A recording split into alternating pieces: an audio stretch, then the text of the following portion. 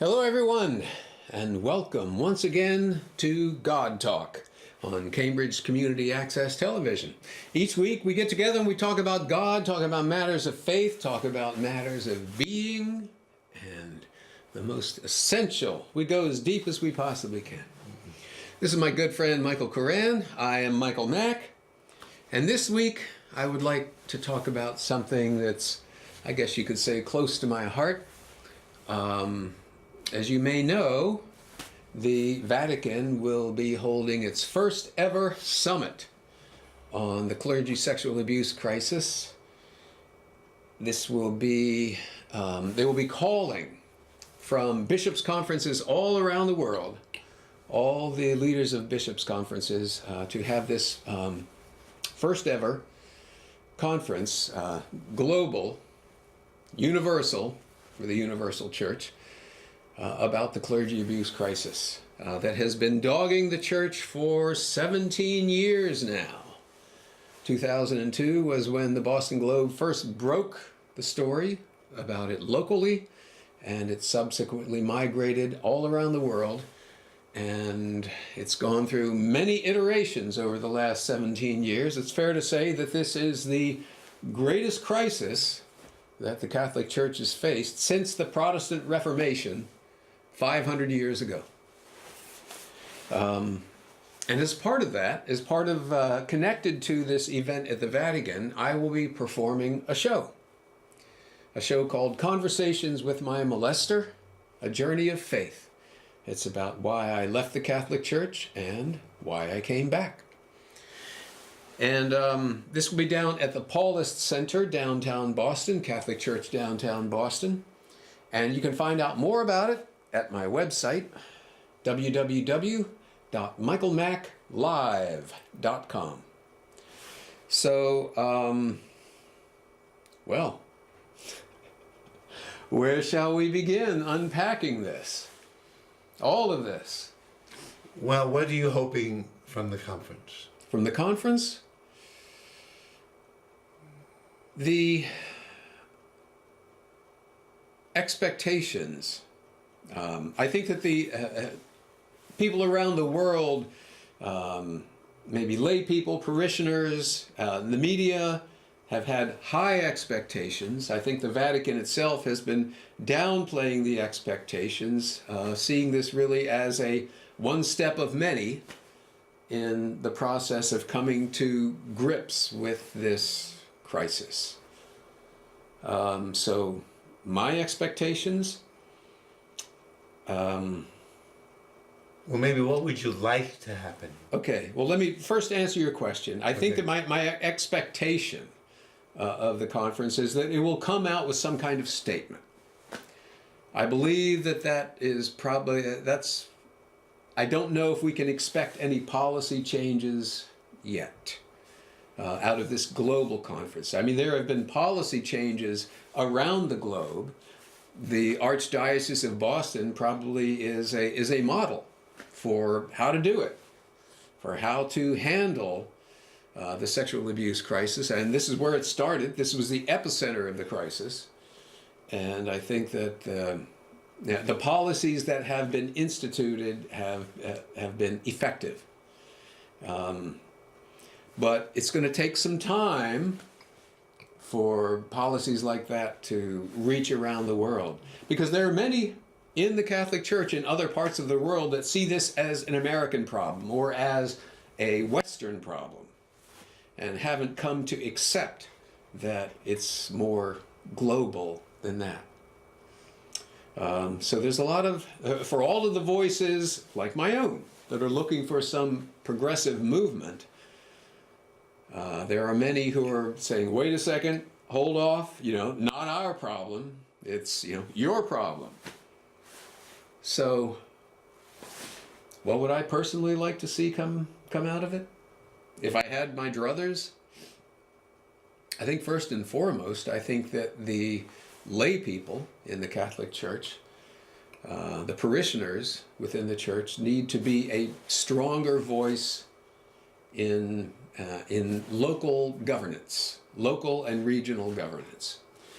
In this particular case, in the case of clergy sexual abuse, I think that in all of the governing or advising bodies, there needs to be at least one abuse survivor who can offer their own input. So definitely, much greater participation by parishioners, by laity, by those who are footing the bill by putting their dollars into the coffers. So that would be, I think, my greatest hope. Mine too. Maybe more than one. Why just at least one, or? Well, more. I mean, that's where I would begin. Yeah. That's what I would like to see. I don't know if we will see female priests in my lifetime, but if the church went in that direction, you know, they would have my Wow. they would have my blessing. And what about? Oh, and you mentioned the rest of the world, saying it's not. It's an American problem. Yeah. What are the? I think Australia has had their own challenges. Oh, for sure. So what about? Well, they're Western. So it's the Western world. Yeah. So not in Central and South America, and in Africa and Asia. Some in South America. Chile for sure. Yes. Yeah. Not in Africa. And I think that's where it starts getting complicated, and it's why I think that. So, for example, here in the Boston Archdiocese, if somebody is zero tolerance policy for child sexual abuse, and if somebody is credibly accused, then they are immediately, removed from ministry. And even if they're not credibly accused, they're removed from ministry while there's some kind of investigation taking place. However, there are parts of the world where even if somebody is gay, if somebody is accused of being gay, and there are parts of the world where it is illegal to be gay. If somebody there is accused of being gay, they can be killed. They can be killed. So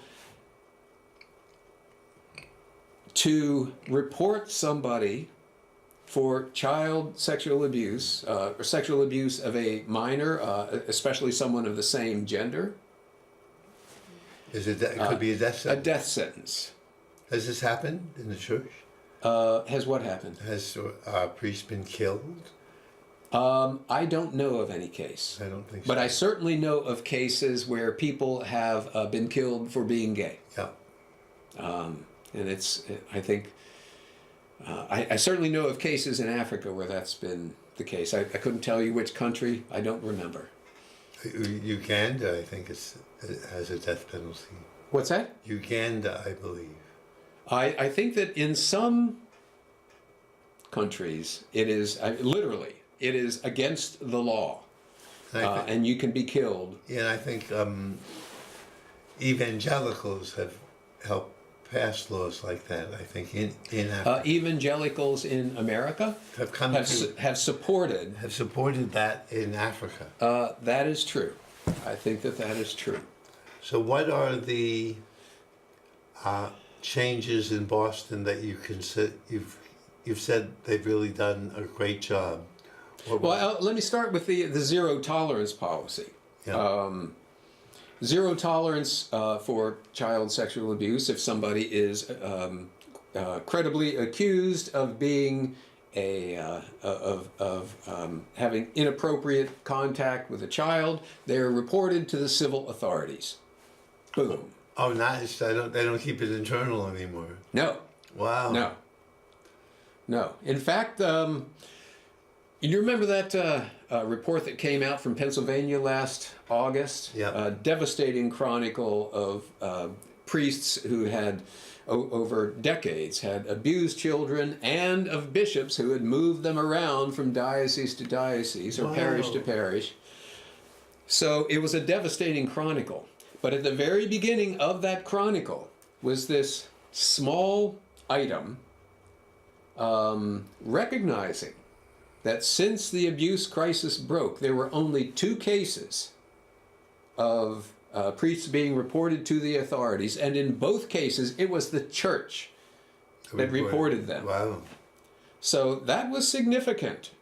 That was a profound difference, and I think that the Boston Archdiocese sort of like set the standard, and in fact, in the minds of some, have gone even too far.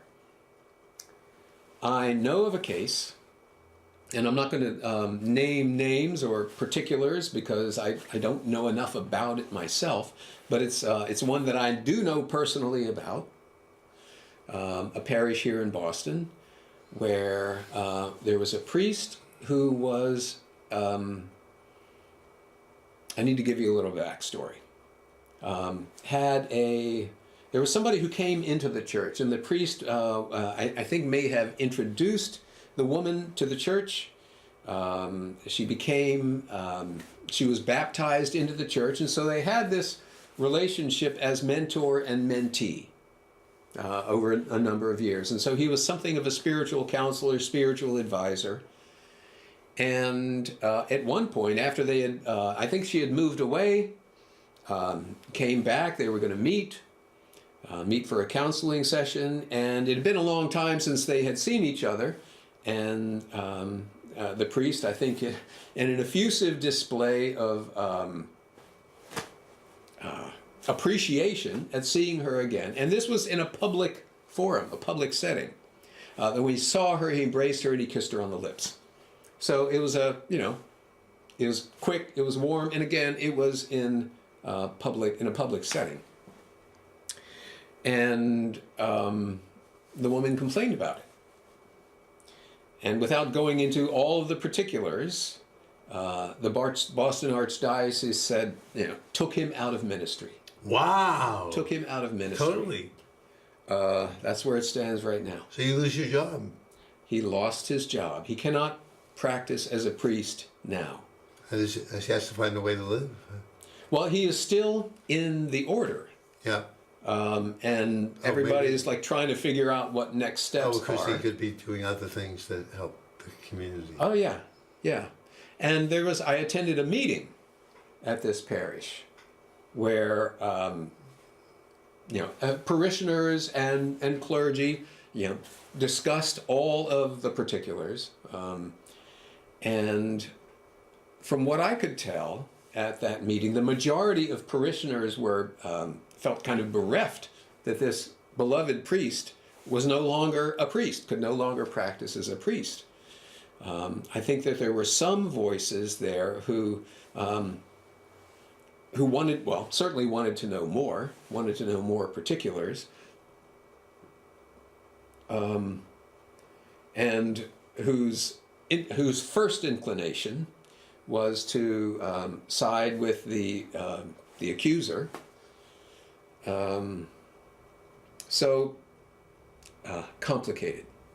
Complicated story, and I guess to be continued.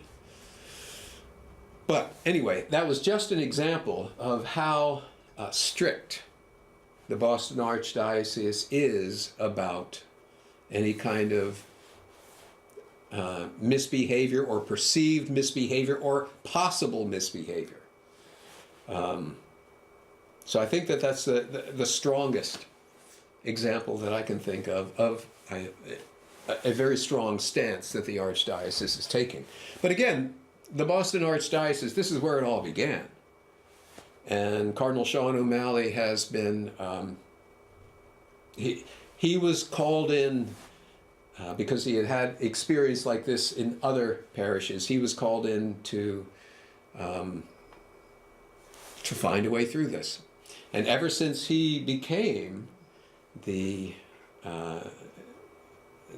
cardinal, our cardinal, and the Archbishop of Boston, there's been an annual survivors mass for survivors and their families, and he really has been very, in my experience, very available to those who have been distressed around this. Very available, and I think a good man.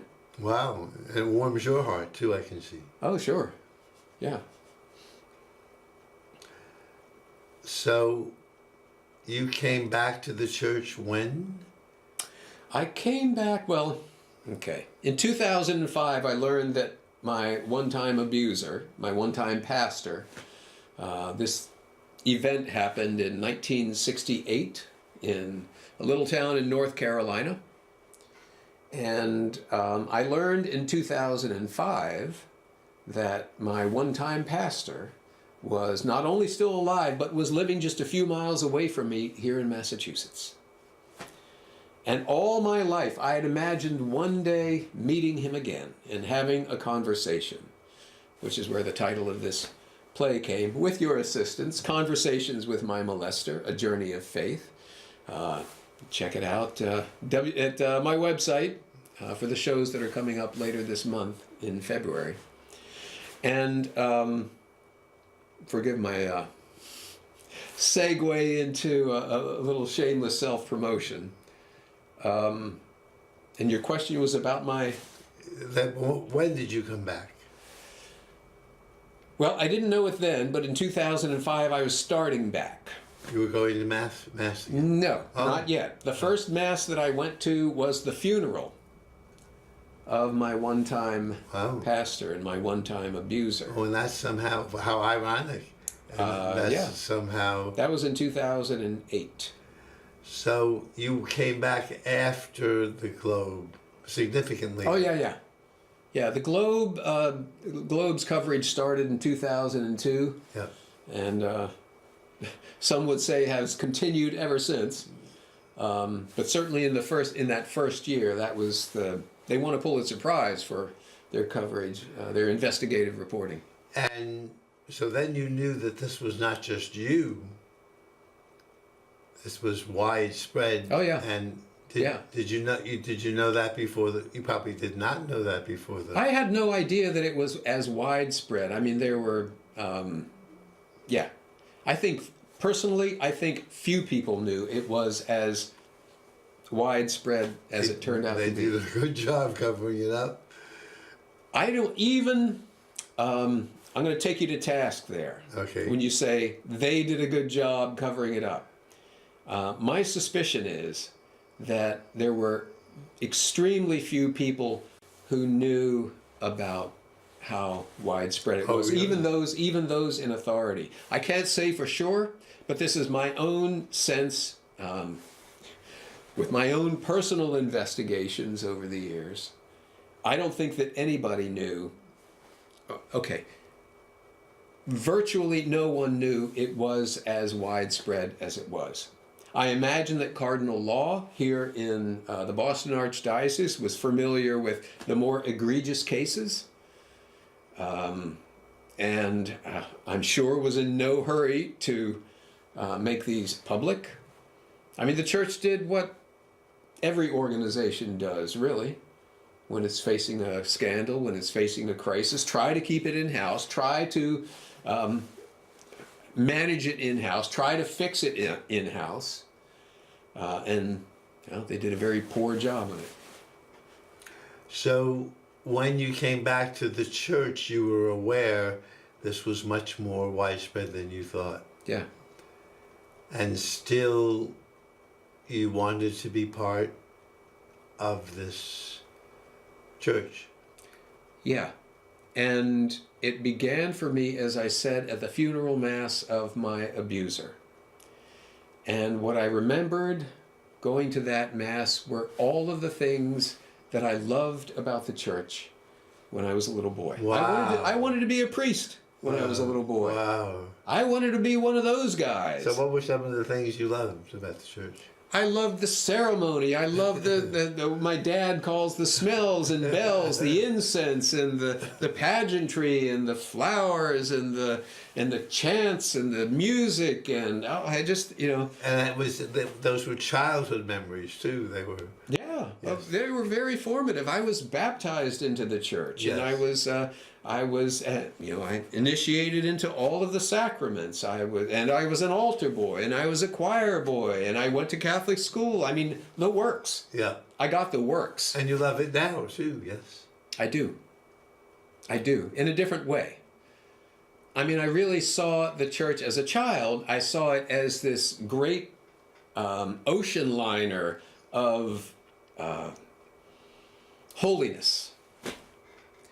Now I see it as an ocean liner filled with a lot of people. Wow. A lot of human beings with all of their human faults.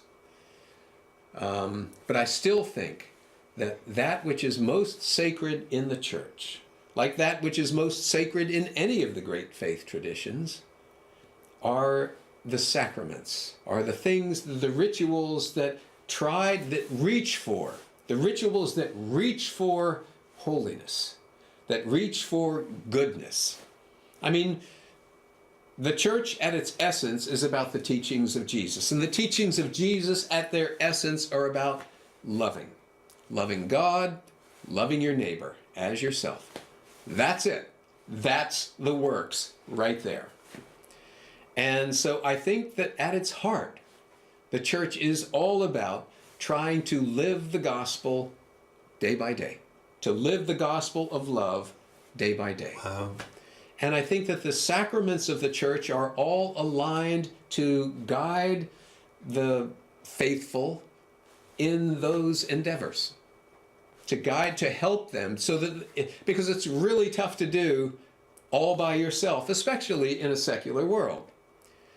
And if you have people around you who feel similarly or who worship similarly, it can be a great aid to keeping that faith alive in you, especially when you go through hard times. And I'll tell you what, if there's ever been a hard time before, it's been the clergy abuse crisis. So in some way, it was harder for a lot of other Catholics who were not aware of the extent of the abuse, and who many left the church, many stopped contributing to the church. Most, I would say, wrestled mightily with these facts, with the fact of these criminal actions coming from clergy who were seen as close as you could get Wow. to God, as close as you could get to Jesus and still be in human form. I had some experience like that. So what do you do with, I'm sure, extremely difficult feelings about, as people have, I'm sure you too. Sexual abuse is a trauma that takes people often decades to begin. Lifetime. Yeah. It takes a lifetime to work through, and I don't know if anybody works through it entirely. I mean, it's sort of like, well, you've had cancer. You're in a different relationship now with cancer than you were ever before you had it. It's a part of you now. Even though even though it's not active, it's still a presence in your life. Oh yes, very much. Yeah. So it's the same kind of thing. And there's all these feelings you might have. I'm sure anger, hate. I would imagine hatred, of all those feelings, and including, and you mentioned hatred, self-hatred. When I was a child, I saw myself as to blame. Wow. And I'm still carrying some of that, even though I don't believe it. Not in the way that I believed it as a child. Those feelings are still there. And also the feeling of wanting to protect this institution that I held so dear as a child. I don't have those same kinds of feelings now as adult. I mean, I want to speak the truth as best I can and to call things out when I see them. But I feel like I'm in a really interesting place as someone who has now returned to the church and very devoted to my practice as a Catholic, and yet eminently conscious of the crimes that were committed against me and against other children. And there are other ways, other stances that the church takes that I don't really, let's just say I'm not fully aligned with, that I wrestle with. nevertheless, I think of the church as being my spiritual country. Wow, sounds like a close family member that could have hurt you very, very deeply and that you still love. Well, think of it, okay, let's say if one has a parent, a father or a mother, who abuses them as a child, and I've known those who have had that experience. In most of those cases that I've heard, the child still loves the parent, may hate what the parent did, may feel deeply wounded by what the parent did, but nevertheless has this complicated love for the parent. So same with me in the church. It's a complicated love that I have for the church.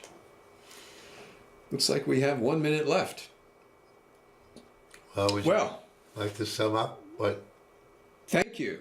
I got to tell you one last time about the show that's going to be this weekend on the 16th, Saturday the 16th, and also the following Saturday on the 23rd of February at the Paulist Center, downtown Boston, right next to the Park Street MBTA station. $10. If you can't afford $10, come anyway, and you've got a place.